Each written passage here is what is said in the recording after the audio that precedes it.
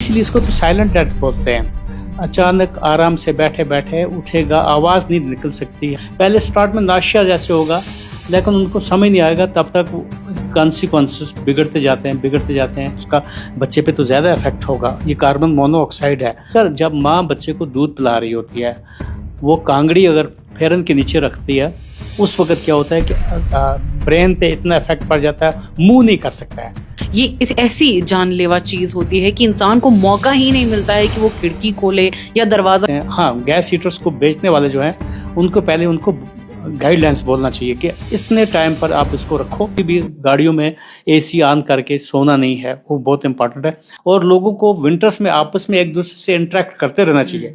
What is the fun of keeping these mobiles? आपके इतने सारे रिलेशंस होते हैं, एक दूसरे से बात करो। फोन। हमारे साथ अभी डॉक्टर जावेद इकबाल खान साहब है, जिनका हमने वक्त लिया और हम जानेंगे कि क्या है ये सफोकेशन, क्यों हम इसे स्वीट डेथ या साइलेंट डेथ कहते हैं। आपका बहुत शुक्रिया डॉक्टर साहब। क्यों हम इसे जो है ये कहते हैं कि ये एक मीठी मौत है? बिल्कुल, शुक्रिया। मैं आपको डिटेल बताने की कोशिश करूँगा। कार्बन मोनोऑक्साइड पॉइजनिंग को बिल्कुल एक स्वीट डेथ बोला जाता है, साइलेंट डेथ बोला जाता है। चूँकि जब भी एक्सपोजर हो जाता है कार्बन मोनोऑक्साइड का, तो इंसान को थोड़ा मीठा मीठा और ऐसा लगता है कि मैं आराम कर रहा हूँ। आराम करते करते अनकॉन्शियस होते होते और डेथ हो जाती है। साइलेंट डेथ हो जाती है इसलिए क्योंकि बॉडी में पहले ऑक्सीजन चाहिए होती है। ऑक्सीजन को रिप्लेस करके कार्बन मोनोऑक्साइड चला जाता है।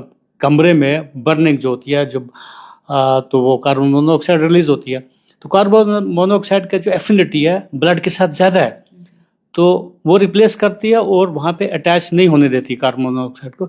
तो टिश्यूज़ में, बॉडी में, हर जगह जगह पे वहाँ पे कार्बन मोनोऑक्साइड एक्यूमुलेट हो जाती है, ब्रेन में एक्यूमुलेट हो जाती है।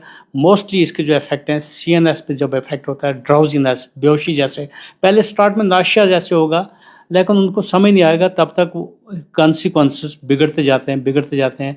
एंड यू विल सी, जैसे आपने नोट किया कि आप 5 लोगों का इस तरीके से एक्सीडेंट्स हुआ, they died because of asphyxiation to the carbon monoxide. क्योंकि अनफॉर्चुनेटली आज हार्श चिल्ला कलान है। आप देखो, सूरज की लाइट आपको नज़र नहीं आएगी, सूरज को गुम हो गया है सूरज। विंटर्स में चिल्ला कलान में, खासकर जब 21 दिसंबर के बाद छोटे दिन होते हैं, बड़ी रातें होती हैं, ठंड बहुत है, -8.6 डिग्री टेम्परेचर भी पहुंचा। आप देखिए, उस टेम्परेचर में हर एक शख्स, माँ बाप, भाई बहन, सभी चाहते हैं बच्चे खुश रहें, बच्चे गर्म रहें, एनवायरनमेंट ठीक रहे। कोई नए मकान बना रहे होते हैं, कई उनका कच्चे हाउसेस होते हैं। तो अनफॉर्चुनेटली खुशी से के मारे वो जाते हैं, सोचते हैं आज हमने गैस हीटर लाऊंगा। तो अब सब स्टैंडर्ड गैस हीटर अगर आ गया उनके घर में, आप देखिए खुशी के बदले कितना गम में तब्दील कैसे हो जाता है। तो अनफॉर्चुनेटली क्या होता है कि वो लाते हैं सब स्टैंडर्ड गैस हीटर्स लाते हैं। हाँ, गैस हीटर्स को बेचने वाले जो हैं, उनको पहले उनको गाइडलाइंस बोलना चाहिए कि इतने टाइम पर आप इसको रखो। हाँ, आप देखिए, ये कंसेप्ट एजुकेटेड लोगों में भी नहीं है। कार्बन मोनोऑक्साइड डिटेक्टर्स इस रूम में पहले स्टार्ट में, मान लो अगर हमने गैस हीटर लगाया, पहले 15-20 मिनट के लिए ठीक है, उसके बाद अचानक ये कार्बन मोनोऑक्साइड रिलीज हो जाती है और विद द रिजल्ट ये कॉन्सिक्वेंस हो जाते हैं। सब स्टैंडर्ड गैस हीटर्स जो हैं वो ज़्यादा प्रॉब्लम करते हैं। और ये जो मीटर्स जो हैं, खासकर डिटेक्टर्स, अब मैंने आपको बताऊंगा कि रिसेंट जो हीटर्स आए हैं उनमें कार्बन मोनोऑक्साइड डिटेक्टर्स ऑटोमेटिकली है। देखिए, हमें रूम का टेम्परेचर तकरीबन 25 डिग्री टेम्परेचर रखना चाहिए। वो तो थोड़ा अच्छा ज़्यादा है, उससे ज़्यादा नहीं करने की ज़रूरत है। क्यों? मिनिमम भी काफ़ी है। तो जब टेम्परेचर ऊपर चला जाता है, वो ऑटोमेटिकली वो गैस हीटर्स बंद हो जाते हैं।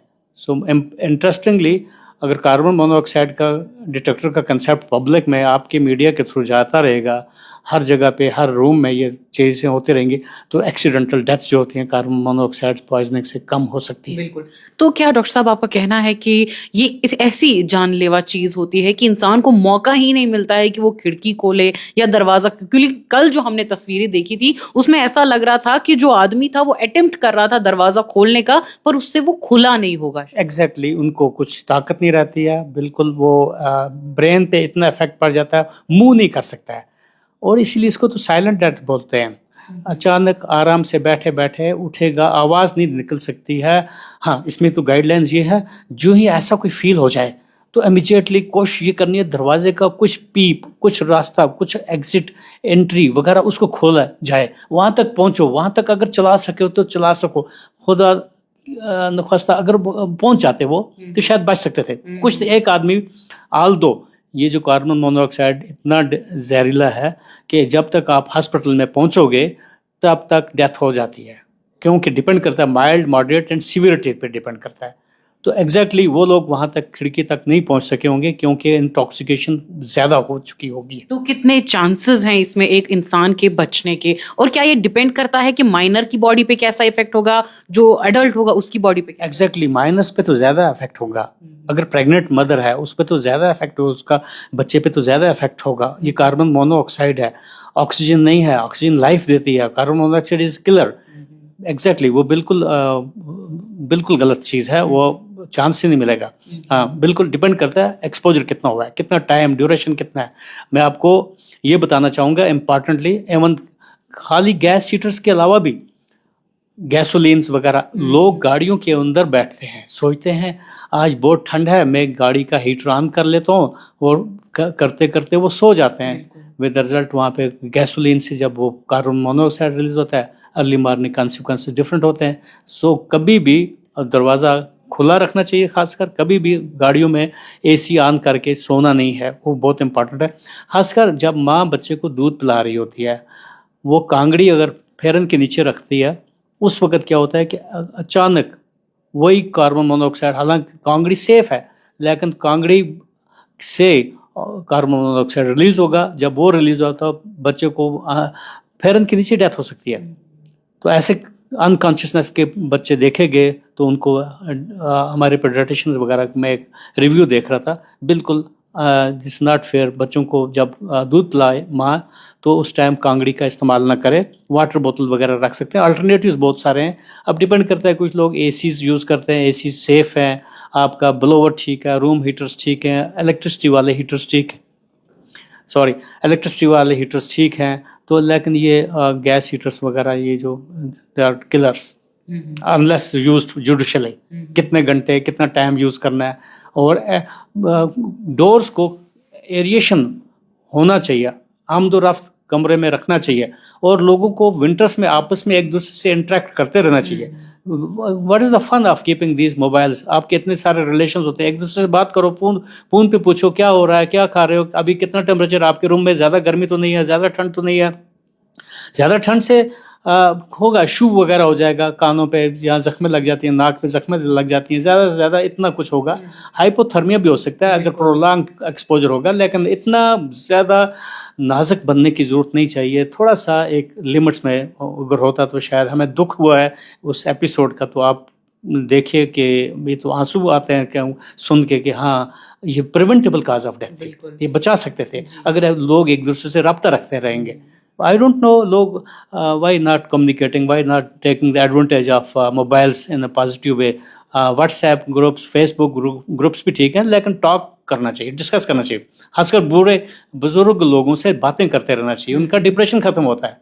जी जी। तो डॉक्टर साहब हमें ये भी बताइए कि क्या रेशियो रहता है, यानी कि ब्लोअर से जो सफोकेशन होती है या रूम हीटर से, एंड कंपेरेटिवली जो बुखारियों से होता है, क्या रेशियो रहता है इसमें डेथ्स का? नहीं, जो रूम हीटर्स हैं इलेक्ट्रिसिटी पे चलते हैं, बिल्कुल उनके नो रिस्क, नथिंग। आप देखिए, फिर भी आपको वेंटिलेशन रखना चाहिए, क्योंकि ऑक्सीजन जो है या कार्बन मोनोऑक्साइड है हवा में थोड़ी सी होती है, लेकिन जब वो ज़्यादा एक्युमुलेट हो जाएगी वो प्रॉब्लम करेगी। अलबत्ता ये जो खासकर गैस हीटर्स वगैरह या गाड़ियों के अंदर जो है क्लोज रूम में, खासकर आप देखेंगे, अगर आप सर्वे करेंगे तो देखेंगे लोग अपने लिविंग रूम को इर्द गिर्द पॉलीथीन लगा के रखते हैं, एक ज़रा भी सुराख ना बचे। नो प्लीज़, वो गलत चीज़ है। आपको एंट्री और एग्ज़िट जो है एग्जॉस्ट फैंस भी इस्तेमाल करना चाहिए, और एंट्री पॉइंट भी होना चाहिए। जी। प्रिवेलिंग माइनस टेम्परेचर्स में आपकी बात सही है कि लोग जो है कोई कोना नहीं छोड़ते हैं कि पॉलीथीन्स लगाए, इससे क्या मेजर हेल्थ इफेक्ट्स और हो सकती है नेगेटिव? ज़्यादा से ज़्यादा ये कार्बन मोनोऑक्साइड है, इससे बढ़ के तो कोई डेंजरस चीज़ है नहीं। अलबत्ता आपका ह्यूमिडिटी में चेंज आ जा सकता है, आपका ज़्यादा इवन स्वेटिंग वगैरह हो जाता है। कई लोग, आप देखिए, हमाम के ऊपर बैठने से आपको कार्बन मोनोऑक्साइड पॉइजनिंग नहीं होगी हमाम के ऊपर। हाँ, हमाम अगर लीक हो रहा है तब प्रॉब्लम है उसकी, जो यानी कि जो नॉर्मली हमाम की एक चिमनी होती है, चिमनी के थ्रू क्या होता है, वो गैसोलीन वगैरह, ये कार्बन मोनोऑक्साइड हवा में चला जाता है चिमनी के थ्रू। लेकिन अगर आपका हमाम लीक है तो वहाँ से अगर ऑक्सीजन या कार्बन मोनोऑक्साइड वहाँ से लीक हो रहा है, फ्यूम्स आल्दो रेयर है, तो वो भी डेथ हो सकती है, वहाँ से भी प्रॉब्लम हो सकती है। कार्बन मोनोऑक्साइड रास्ता ढूंढती है इंसान की तरफ, ढूंढना है उसको, कुछ प्यार है इंसान के साथ, इसीलिए ये एक स्वीट डेथ देती है। बिल्कुल।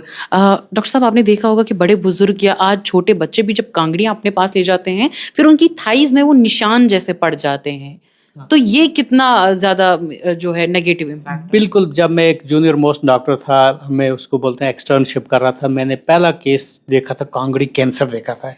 एक एल्डरली फीमेल थी, वो कहीं उस टाइम डायबिटिक थी। क्यों? डायबिटिक वालों को रगों का हिस्स नहीं होता है, उनको पता नहीं लगता, उनके सिकन के ऊपर अगर आग भी लग जाए, कट भी लग जाए, पता नहीं चलता है, तो उसको पेरिफेरल न्यूरोपैथी बोलते हैं। तो खासकर क्या होता है, मैंने वो कैंसर देखा, सिकन कैंसर देखा, एब्डोमिनल कैंसर, सिकन का कांगड़ी कैंसर मशहूर है, माना जाता है। इस तरीके से लोग ज़्यादा अटैचमेंट कांगड़ियों के साथ जब रखते हैं तो बिल्कुल बर्न्स हो सकते हैं, एक्सीडेंट्स तो हैं, आग लगना ज़्यादा आप नोट करेंगे विंटर्स में, मकानों को, घरों को आग विंटर्स में एक्सीडेंटल जो होते हैं ना, वो विंटर्स में ज़्यादा होते हैं, फायर्स तकरीबन ज़्यादा होते हैं, समर्स में तकरीबन कम होते हैं। तो इस तरीके से वो बर्न्स जो है, रेडनेस वगैरह हो जाती है, आल्दो वो हील हो जाती है, डेंजरस नहीं है, इतना पैनिक नहीं होना चाहिए, लेकिन एक बैरियर रखना चाहिए, कपड़े ज़्यादा लगा लो, ज़्यादा लेयर्स ऑफ कपड़े लगाओ, और कांगड़ी वगैरह का मिनिमाइज यूज़ करना चाहिए, और साइंटिफिक तरीके से चलो, दैट्स गुड। हमारी पहचान है कांगड़ी, दैट्स वंडरफुल, अदरवाइज लेकिन इसको तरीके से चलाना। बिल्कुल।